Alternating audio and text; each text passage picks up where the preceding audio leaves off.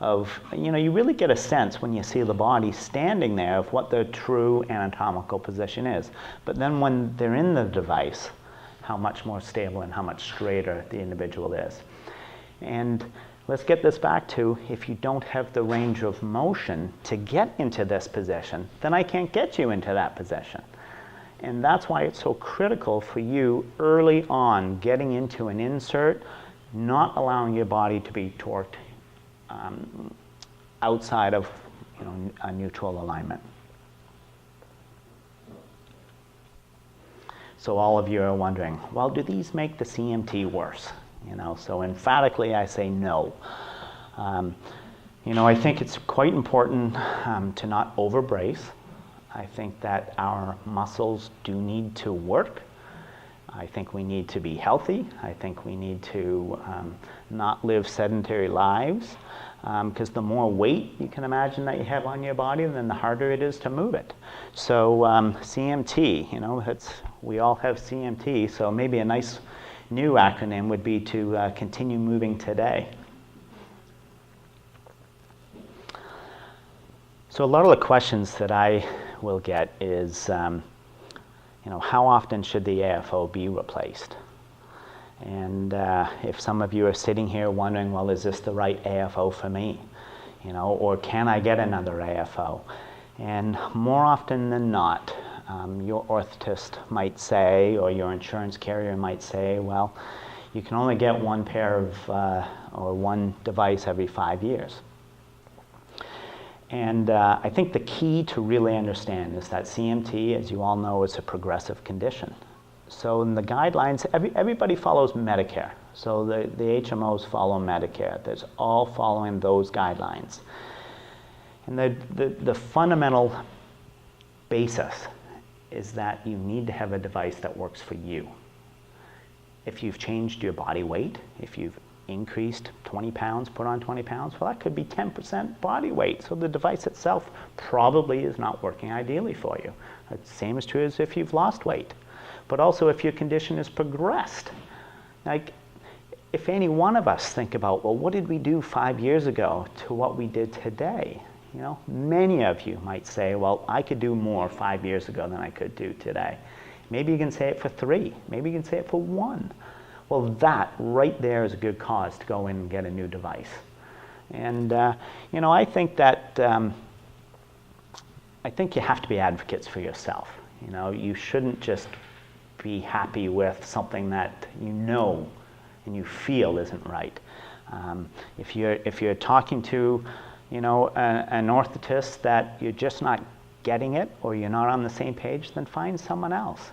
Talk with Dr. Day, talk with the group here. They've got great orthotists here that is with the center.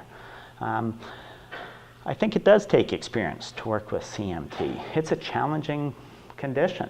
I'll build myself a new brace, and it might take me a month to know whether I did a good job or not. And maybe it's 6 months, but things, it's tricky when you don't feel the same way. So how often should they be repadded? Well, they should be repadded as often as necessary, that's for sure. But typically soft padding can sort of give up in about 6 months. So you should be getting back to your orthotist at least every 6 months to change padding, to get things a little bit more comfortable for you. Footwear is always a question, and there's always a challenge as well. When you find a good pair of shoes that work for you, buy about 60 pair of them. Or as many as you sort of feel the style will go on, But, some of the brands that I think work well are Atrex, Keen, New Balance, Brooks, Merrell, Clarks. These all typically are well-built shoes. My theory is to get a good pair of shoes, a good solid base underneath you. I think of shoes like the foundation to your house. You've got to build from somewhere, and the shoe is what hits the ground first. So you've got to build up from that point. A lot of times there's not enough room inside the shoes, and that's where these styles sort of they work better because they have very thick insoles that you can remove And then when you're replacing it with these custom inserts or the devices, there's additional room. Sometimes a mesh may be a more comfortable type than with leather. Although leather can stretch, it just might take you an awful long time to stretch in that pair of shoes.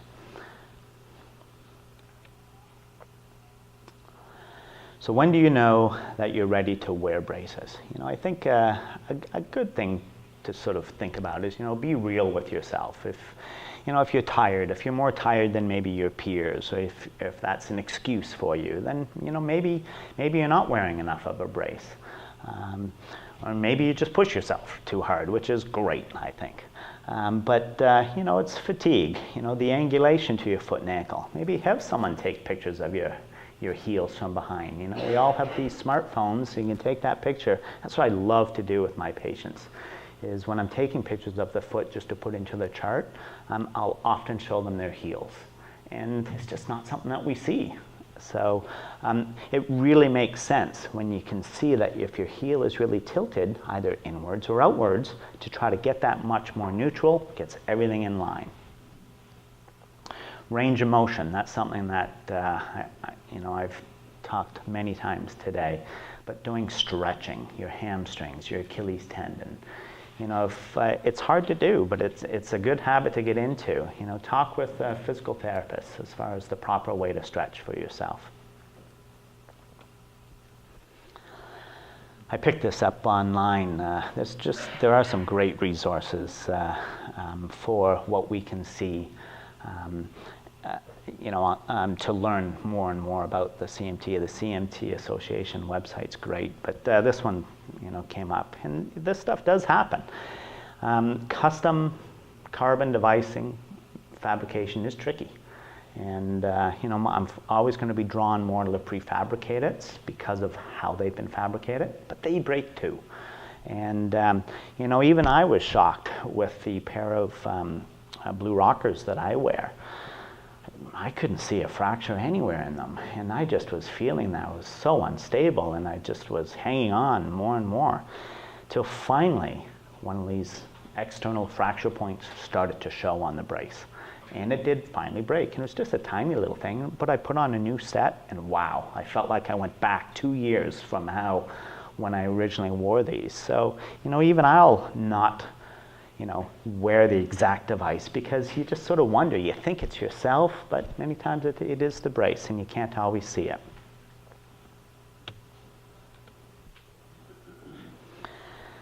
So CMT, right? Continue moving today. Be healthy. I think all of these things are really important. Socks. Socks are sometimes tricky. Perspiration inside these braces. That can be a challenge for a lot of people. Soccer socks, I think, are always ideal, because you do want to have some sort of interface between your body and the brace. So you can pull that sock up over the top of the brace and create a little bit more of a comfortable barrier. You can wash the socks much easier than you can the device. So I think whether you like some of the modern wicking types of materials or smart wool, find something that works, but always wear something that fully covers the brace. And look at that, right on time. So when you stumble, make it part of the dance. So I think there is a question and answer period in a half an hour, so maybe just to keep ourselves on track, we can save some of the questions for then. Okay.